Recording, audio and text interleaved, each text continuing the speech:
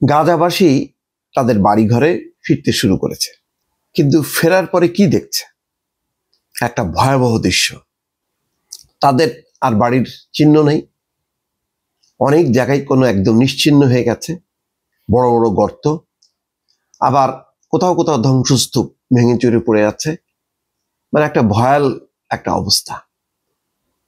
সেখানে বিদ্যুৎ নেই, পানি সরবরাহ নেই, সামনের রাস্তা পর্যন্ত ওই বড় বড় কংক্রিট পড়ে আছে, অর্থাৎ বাসায় ঢোকার মতন কোনো অবস্থা নেই। কি হবে সেখানকার অবস্থা, তা নিয়ে আল জাজিরা একটা রিপোর্ট করেছে। সেখানে বলা হচ্ছে গাজা পুনর্গঠনে কয়েক প্রজন্ম লেগে যাবে। এটা জাতিসংঘের বিশেষজ্ঞদের বক্তব্য কোট করে আল জাজিরা এই রিপোর্টটা করছে। বলছে যে যুদ্ধবিরতি প্রতিষ্ঠার পর উত্তর গাজার বাস্তুচ্যুত বাসিন্দারা নিজ এলাকায় ফিরতে শুরু করেছে। 2 বছর ধরে চলা যুদ্ধে ইসরায়েলি বোমায় তাদের বাড়ি ঘর, আশেপাশের এলাকা পুরোপুরি ধ্বংসস্তূপে পরিণত হয়েছে।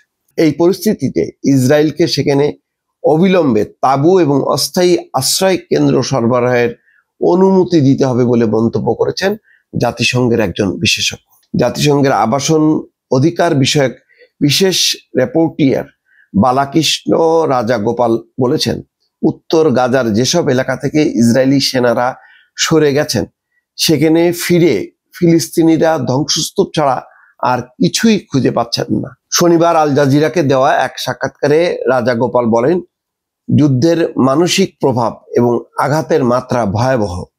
উত্তর গাজায় ফিরে আসা লোকজনদের মধ্যে আমরা এখন সেটাই স্পষ্টভাবে দেখতে পাচ্ছি। ইসরায়েল এবং হামাসের মধ্যে যুদ্ধবিরতি চুক্তির অংশ হিসেবে শুক্রবার ইসরায়েলি বাহিনী গাজার বিভিন্ন এলাকা থেকে সেনা প্রত্যাহার শুরু করেছে। এরপর থেকেই উত্তর গাজায় ফিরতে শুরু করেছেন লাখ লাখ ফিলিস্তিনি।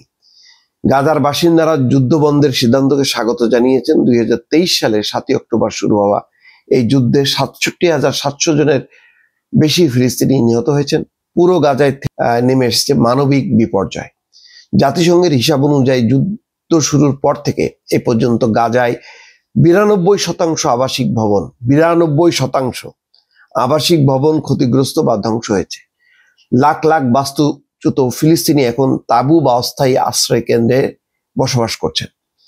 রাজাগোপাল বলেন, চলতি বছরের শুরুর দিকে হওয়া অস্থায়ী যুদ্ধবিরতির সময় গাজায় তাঁবু এবং অস্থায়ী আশ্রয় কেন্দ্র পাঠানোর কথা ছিল, কিন্তু ইসরায়েলের কঠোর অবরোধের কারণে সেখানে কিছুই ঢুকতে পারেনি। এই বিশেষজ্ঞরা বলেন, এটাই আসল সমস্যা। ইসরায়েল যদি গাজার সব প্রবেশপথের নিয়ন্ত্রণ না ছাড়ে তবে গাজায় অবিলম্বে সহায়তা দেওয়া সম্ভব নয়। এটি এখন জরুরি।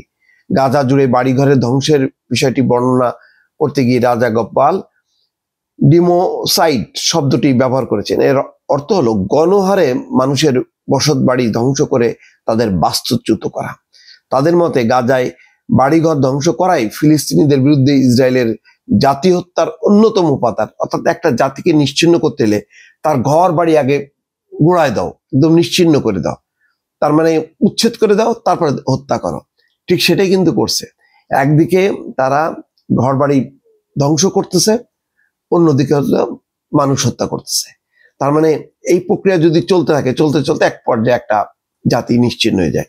ঠিক ওই জাতি নির্মূলের এক যুদ্ধ ছিল ইসরায়েলি বাহিনীর পক্ষ থেকে।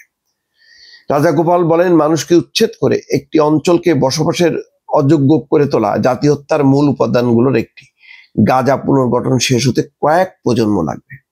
আসলে এটা তো সোজা না। একটা নতুন অঞ্চল গড়ে তোলা যতটা সহজ, আর ধ্বংসযোগ্য করে ফেললে সেই ধ্বংসের উপরে নতুন নির্মাণ হওয়া অনেক অনেক কঠিন। ফলে কয়েক যুগ লাগতে পারে এই গাজা যদি আর যুদ্ধ যদি না হয় স্বাভাবিক অবস্থায় ফিরে আসতে। দর্শক।